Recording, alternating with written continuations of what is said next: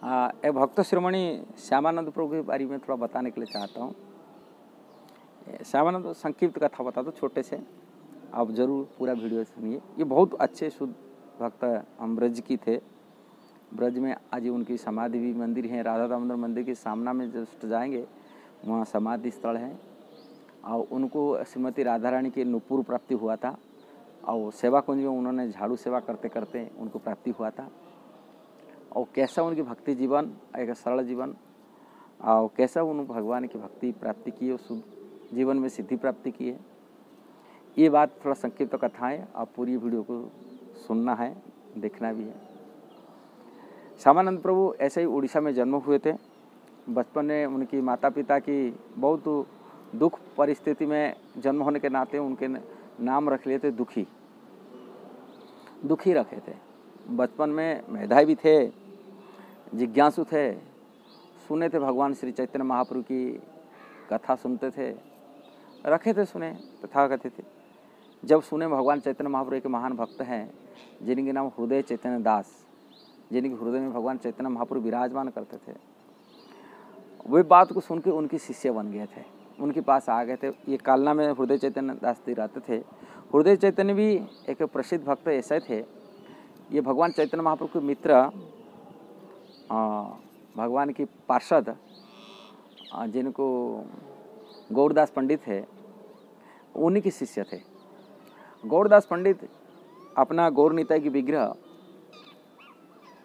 अपनी सेवा के बाद में हृदय चैतन्य दास को दिए थे। उनके नाम चैतन्य दास, हृदय चैतन्य, उनकी कथा थोड़ा सी संक्षिप्त सी बात साथ में बता देता हूँ। सेवा पूजा दिए थे। एक समय गौरदास पंडित तीर्थ करने के लिए, अलग अलग धाम यात्रा के लिए बाहर निकल गए थे। काफ़ी दिन बाद में आए, जब आए तभी भगवान चैतन्य महाप्रभु की आविर्भाव तिथि गौर पूर्णिमा जिसको कहते हैं, उसकी ठीक एक दिन पहले आए। किंतु गौर पूर्णिमा उत्सव को मनाने के लिए चैतन्य दास बहुत अच्छे तरह की व्यवस्था कराए थे, लोगों को इन्विटेशन दिए थे, बुलाए थे उनकी जन्म उत्सव पालन करने के लिए। जब एक दिन पहले गुरुजी आए, देखे ये बहुत बड़ा आयोजन किए हैं, उन्होंने क्रोध प्रकट किए, बिना मेरा परमिशन में, बिना मैंने गुरु आज्ञा के बिना तुम इतनी बड़ी आयोजन क्यों कराए। और वो आयोजन के रुष्ट हुए और चैतन्य दास को उन्होंने अपना ठाकुर जी की सेवा से वंचित करके बोले तू फेस्टिवल बना तो बाहर बनाओ, किंतु मेरा मंदिर में नहीं, गौर निताई मंदिर में नहीं।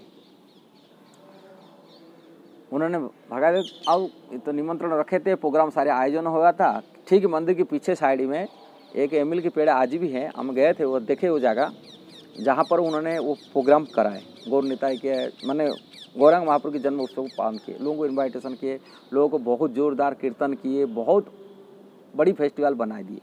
जो कीर्तन हो रहा था तभी उन्हीं की जो मंदिर के विग्रह थे गौरदास पंडित की भगवान, और वो गौर निताई वहाँ मंदिर से नहीं थे। और जब उनकी सेवा को बोले, गौरदास पंडित को बोले अब आज गौर निताई विग्रह मंदिर अल्टर में नहीं है, तभी चैतन्य दास उन्होंने समझ गए ये चैतन्य दास के कीर्तन में गए होंगे। अब देखे चैतन्य दास जहाँ पर कीर्तन का आयोजन किए थे उसी कीर्तन में जाके गौर निताई नाच रहे। उन्होंने एक डंडे लेके गए, जब गए तभी नित्यानंद महाप्रभु भाग गए और चैतन्य महाप्रभु उसी चैतन्य दास के हृदय में प्रवेश कर लिए। इसलिए उनके नाम हृदय चैतन्य हो गया। उसी दिन से उनका नामकरण हो गया हृदय चैतन्य। अब उसी हृदय चैतन्य नाम को प्रसिद्ध इतना हो गया, इनकी बात को सुनकर ही दुखी दास माने दुखी आए, उनकी शरण में आए।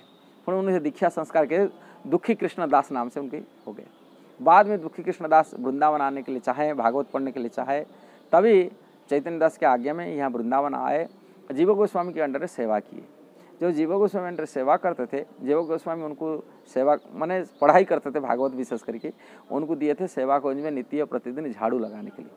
फिर झाड़ू जब लगाते थे, श्रीमती राधा रानी की कृपा हुई है, उनकी राधा रानी की लीला है अपने भक्तों को महिमा को प्रकट कराने के लिए। राधा रानी अपना नुपुर गिराई और नुपुर को प्राप्ति किए।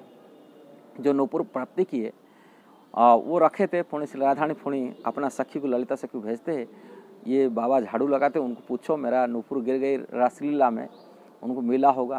पुणी ललिता सखी आती हैं, पूछते हैं बाबा झाड़ू लगाते आपको मिला होगा, मेरा सखी का नुपुर है। किंतु ये समझ जाते ये नुपुर तो दिव्य नुपुर था, प्रकाशमान था, उनको श्यामानंद प्रभु नहीं दिए। बोले जो सखी मैं उनको सखी को दूंगा, तुमको नहीं दूंगा। उन्होंने श्यामानंद प्रभु को ललिता सेकुलर को कोई पुरुषों को जेंट्स को वो देखते नहीं, दर्शन नहीं करते हैं, मिलेंगे नहीं आपको। तो बोले जो नहीं मिलेगा मैं नहीं दे सकता हूँ। ललिता सखी उनको बोलते हैं, उनके ललिता कुंड है सेवा कुंज के अंदर आज भी है, उसी कुंड के अंदर में जा करके उनको बोलते तुम स्नान करो। उधर स्नान करी, वहाँ गोपी सरी मंजरी स्वरूप में आए। स्नान करने के उनका शरीर की एक स्त्री के स्वरूप जब आए, पुण्य आज के राधा रानी के चरण में उन्होंने नुपुर पहनाए। जब नुपुर पहनाए राधा ने उनको तिलक कर दिए थे। ये कथा जो हिस्ट्री है उसके श्यामानंद, इसलिए हमारा गौड़ीय तिलक में और श्यामानंद प्रभु का तिलक थोड़ा सा डिफरेंट है। ऐसे नाक तक होता है, बीच में काला बिंदु लगा के रखता है श्यामानंद प्रभु को परंपरा में। और श्यामानंद प्रभु नाम अब तो किसको बोलेंगे नहीं, जीव गोस्वामी तो बताए थे, जीव गोस्वामी जाने। इसके बाद में ये बात है उनकी गुरु के पास मिला, जो अभी श्यामानंद गया था पढ़ने के लिए। सॉरी, श्यामानंद नहीं हुआ था, उनका नाम था दुखी कृष्णदास, और दुखी कृष्ण नाम अभी चेंज कर दिया था। उनके जीव गोस्वामी नाम उसी टाइम से राधा ने नाम लिखी दिए थे उनका श्यामानंद, कारण श्यामा को आनंद देने का ना श्यामानंद हो गया था, इसलिए उनके नाम श्यामानंद प्रभु हो गया था। कल तो नाम भी चेंज कर दिया, अभी दुखी कृष्णदास नहीं, और श्यामानंद नाम से प्रसिद्ध हो चुका है। और उनका तिलक भी चेंज कर दिया। ये परंपरा है। ये क्रोध में आए गुरुजी, वहाँ सुने बंगाल से सुन के फिर यहाँ आए वृंदावन आकर, गुरु सीधा तो पिटा ही नहीं लगाना, कले तुम कैसे चेंज कर दिए कि महाप्रभु का परंपरा को तुम कैसे नष्ट कर रहे हो ऐसा। तभी जीव गोस्वामी इसको समाधान कराए, सारी वैष्णव को बुला करके मीटिंग कराए कि सभी के सामना में दुखी कृष्णदास की श्यामानंद कैसा हुआ इसकी इतिहास सबको कथा बताए, राधा रानी की कृपा बताए। फिर इसके बाद में वो जो तिलक कराते वो तिलक को फिर गीला कपड़ा में उनको पोछा लगाए। जो पोछा लगाए वो लिपता नहीं, न उसका प्रकाश और निकालता है। बोले ये स्वयं श्रीमती राधा रानी के द्वारा अंकित तिलक है, इसीलिए ये भौतिक संसार नहीं है। ये सभी भक्त लोग समझ गए, उनके गुरुजी समझ गए। ये श्यामानंद प्रभु की छोटे से कथा है, स्टोरी। यदि आपको ऐसे जीवन में उनकी सिद्धि प्राप्ति किया थे, वृंदावन में ब्रज में झाड़ू लगाते हुए मध्य भी श्रीमती राधा रानी कृपा प्राप्ति की। ऐसे वृंदावन में झाड़ू लगाना भी बहुत बड़ा बात होता है। जो झाड़ूदार होते वो बड़े सम्मानीय व्यक्ति होते, कारण धाम में झाड़ू लगा रहे, अभी कोई छोटे मोटे नहीं है। इसलिए उनको ये सेवा यदि ऐसे प्रीतिपूर्वक प्रेम पूर्वक सेवा करते रहे श्रीमती राधा रानी को, उनके धाम को कोई साफ सुथरा रखता है, वो पवित्र होता है, खुद तो पवित्र होता है और राधा रानी को प्रिय बन जाता है झाड़ू लगाने से। छोटे सेवा में महान सेवा राधा रानी स्वीकार किए श्यामानंद प्रभु को। इसलिए ये कथा यदि बहुत अच्छा लगा जरूर शेयर करना, सब्सक्राइब करना, लाइक कमेंट देना। हरे कृष्णा, जय श्रील प्रभुपाद।